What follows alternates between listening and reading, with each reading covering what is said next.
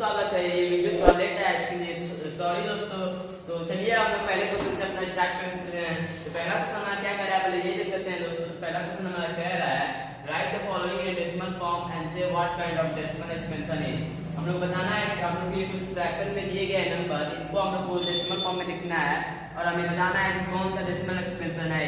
चलिए पहले क्वेश्चन से स्टार्ट करते हैं। तो पहला क्वेश्चन हमें क्या 36/100 दिया है, इसको हमें डिवाइड करना है। दोस्तों 100 दिया तो 100 तो बहुत इजी होता है डिवाइड करने का, बस पॉइंट लगा देना रहता है। 36/100 100 से तो बहुत इजी होता है, तो इसका आ जाएगा आंसर 0.36।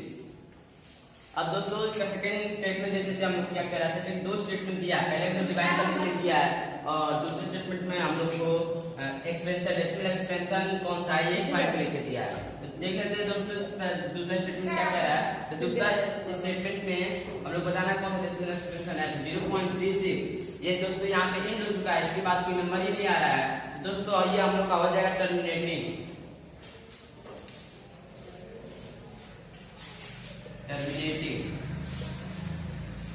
ठीक है दोस्तों, ये हो गया हमारा पहला पार्ट। अब चलिए हम लोग अपना दूसरा पार्ट देख लेते हैं। दूसरा पार्ट 1/11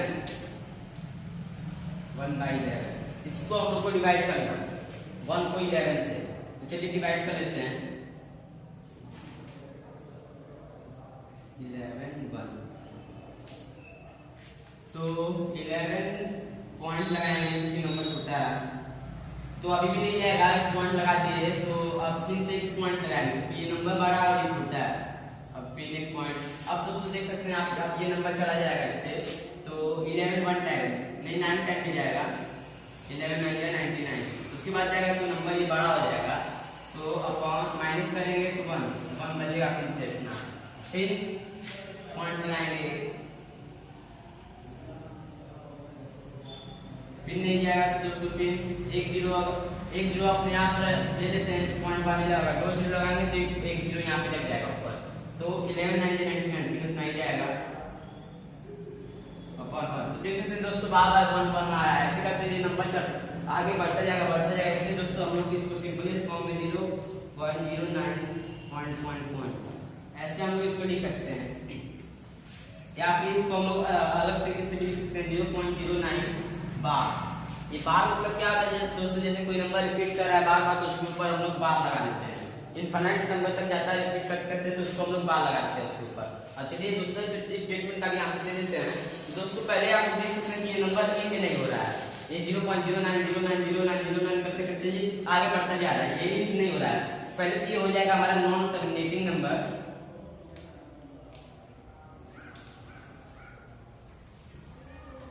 नॉन टर्मिनेटिंग मतलब ये खत्म नहीं हो रहा है, ये आगे बढ़ता जा रहा है। और दूसरा हो जाएगा हमारा रिपीटिंग दोस्तों क्यों, जैसे 0.09090909 ये हमारा रिपीट हो रहा है, तो नॉन टर्मिनेटिंग और रिपीटिंग दोस्तों ये हो जाएगा। अब चलिए थर्ड पार्ट का हम चल सकते हैं। थर्ड पार्ट हमारा क्या कह रहा है।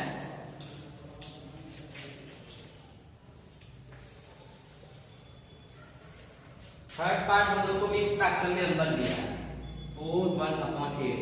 पहले इसको हम लोग प्रॉपर फ्रैक्शन में कन्वर्ट कर ले रहे हैं। 4 × 8 + 1/8 ये हमारा आ जाएगा 33/8। दोस्तों हम लोग को फ्रैक्शन मिल चुका है 33/8। ये तो आप लोग जानते ही होंगे मिक्स्ड फ्रैक्शन से प्रॉपर फ्रैक्शन में कन्वर्ट करने का तरीका। ये अगले 10 में हम लोग पढ़ चुके हैं।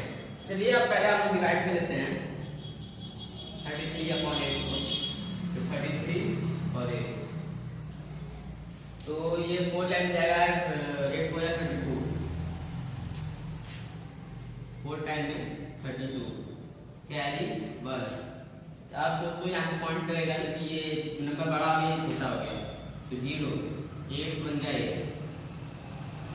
कैरी 2। फिर दोस्तों पॉइंट बढ़ाएंगे, पॉइंट लगाएंगे, नंबर बढ़ा 8 2 16 2 टाइम चला जाएगा 4 कैरी फिर पॉइंट फिर 40 आएगा, फिर 8 5 40। दोस्तों देख सकते हैं हमारा कैंसिल हो गया, 0 बचा हमारे अंदर। तो हमारा वैल्यू आ रहा है 4125 डिवाइड करने पे।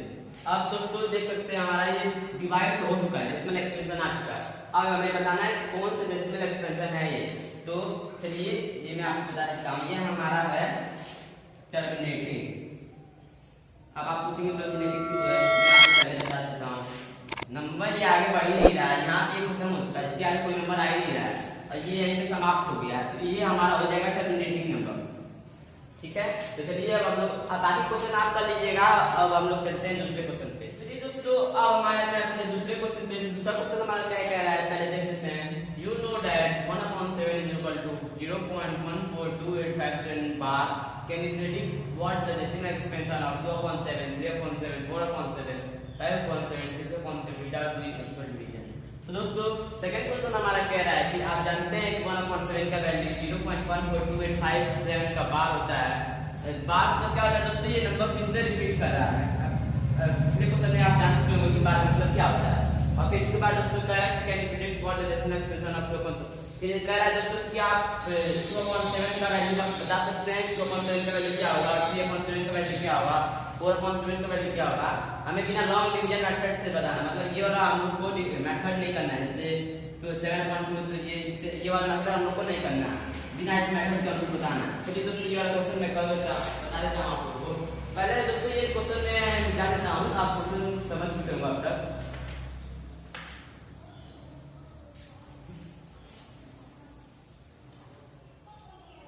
सीधा हम लोग आंसर देखेंगे इस क्वेश्चन का।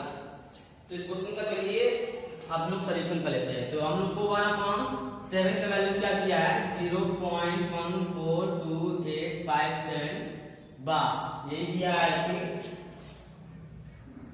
हाँ यही दिया है। और फिर दोस्तों हम लोग को फिर पूछा है वैल्यू ऑफ 2/7, 3/7, 4/7, इन सब का हम लोग को वैल्यू पूछा है।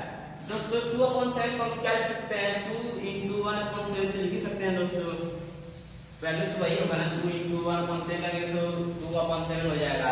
और दोस्तों फिर इसके बाद हम लोग को 1/7 का वैल्यू दे चुका है। 1/7 का वैल्यू क्या दिया है, 0.1428557 बार। ठीक है दोस्तों, बस हम लोग क्या करना है, बस मल्टीप्लाई कर देना है। मल्टीप्लाई तो आता ही है आपको, तो मल्टीप्लाई करने पाएगा हमारा 0.2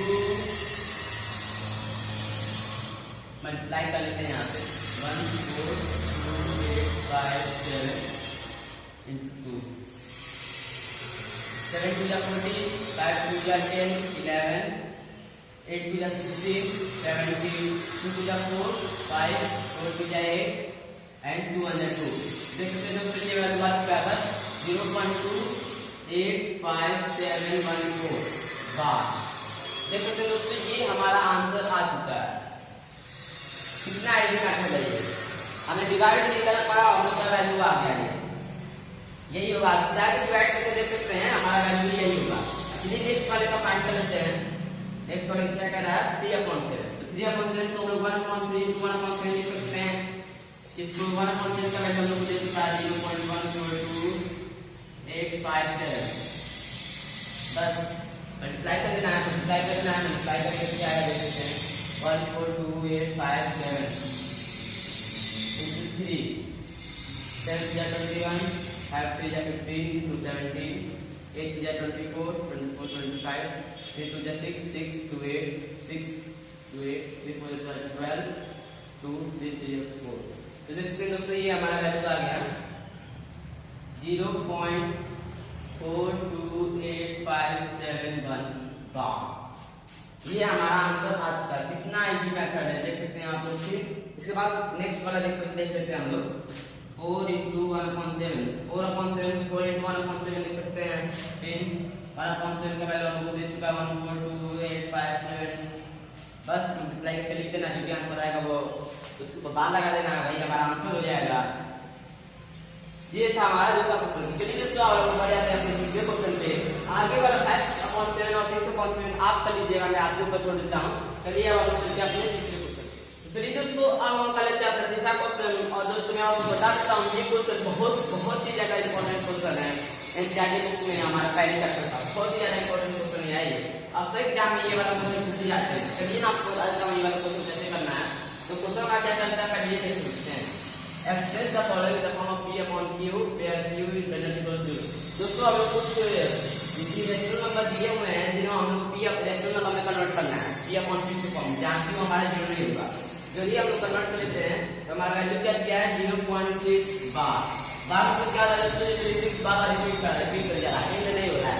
तो चलिए अब मैं आपको इसका सॉल्यूशन बताता हूं, इसका सॉल्यूशन कैसे होगा। 0.6 से एक नंबर रिपीट कर रहा है दोस्तों यहाँ पे, तो हम लोग पहले 10 से मल्टीप्लाई करेंगे। जैसे हम लोग पहले देख कर लेंगे कि x इक्वल टू 0.6, ये मैं अच्छे से लिखता हूँ, x इक्वल टू 0.6 लेट हो गया। अब दोस्तों यहाँ जितना नंबर रिपीट कर रहा होगा उतना नंबर से हम लोग मल्टीप्लाई करेंगे। एक ही नंबर का रिपीट हो रहा है तो 10 से मल्टीप्लाई करेंगे, अगर 2 नंबर रिपीट कर रहा है तो 100 से करेंगे, 3 नंबर रिपीट हो रहा है तो 1000 करेंगे। तो एक नंबर रिपीट हो रहा है तो हम लोग 10 से दोनों साइड मल्टीप्लाई करेंगे, राइट हैंड साइड में मल्टीप्लाई दोनों। तो 10 into x equal to 10 into 0.6 का बार, ये हो जाएगा दोस्तों हमारा 10x इक्वल टू 6.6 बार। ये हो गया। अब हम लोग को क्या करना है कि ये फर्स्ट इक्वेशन है हमारा और ये हमारा सेकंड इक्वेशन है।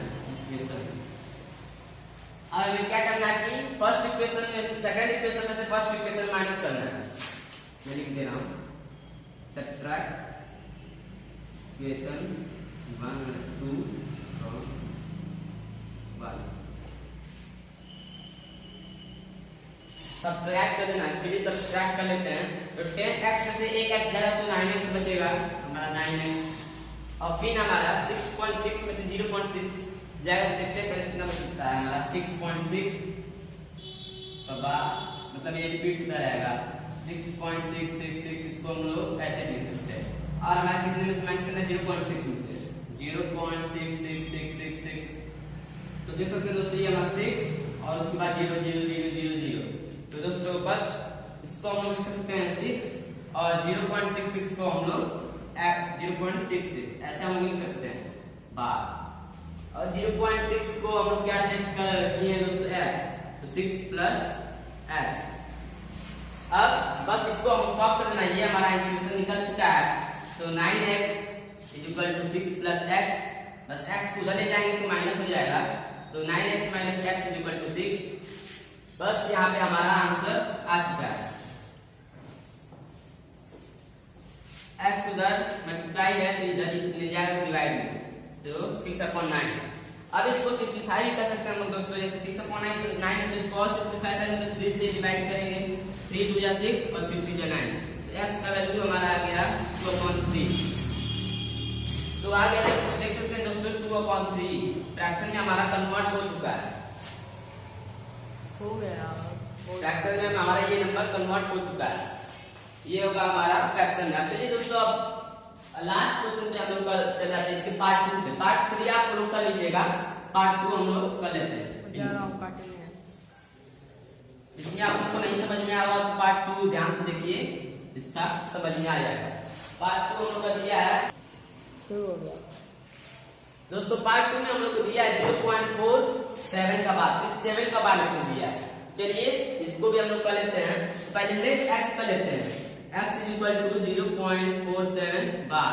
दोस्तों इसमें भी एक ही नंबर अगर रिपीट करा है तो हम लोग 10 से मल्टीप्लाई करेंगे, तो 10 बोथ साइड करेंगे, 10x 10 into 0.47 बार।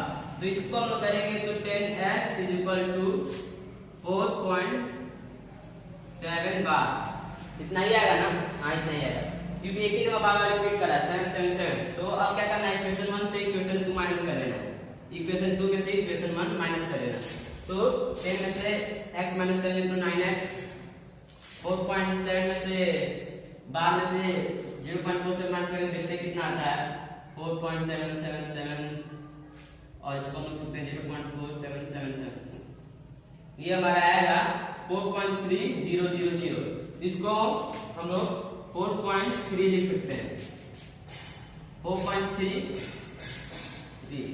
बस x को उधर लिख जाना है, x इक्वल टू 4.3/9। अभी भी देख सकते हैं दोस्तों, ये हमारा ऊपर वाला नंबर हमारा डेसिमल में, इसको फ्रैक्शन में करना है। तो बस इसके बाद आसान है दोस्तों, ऊपर 10 से इधर 10 से मल्टीप्लाई कर देना है, into 10 नीचे भी 10। बस हमारा डेसिमल नंबर कन्वर्ट हो चुका है 43/90 ये हमारा आ गया आंसर। तो ये दोस्तों ये था इस इम्पोर्टेंट क्वेश्चन के सॉल्व करने का तरीका। ये बहुत ही इम्पोर्टेंट क्वेश्चन है ये वाला, तो इसको ध्यान से कृपया फिर से दोबारा रिपीट करके देख लीजिएगा ये कैसे सॉल्व होगा। और हाँ दोस्तों, अगर आपको ये वीडियो पसंद आया हो तो लाइक जरूर कर दीजिएगा और चैनल को सब्सक्राइब करना मत भूलिएगा। धन्यवाद।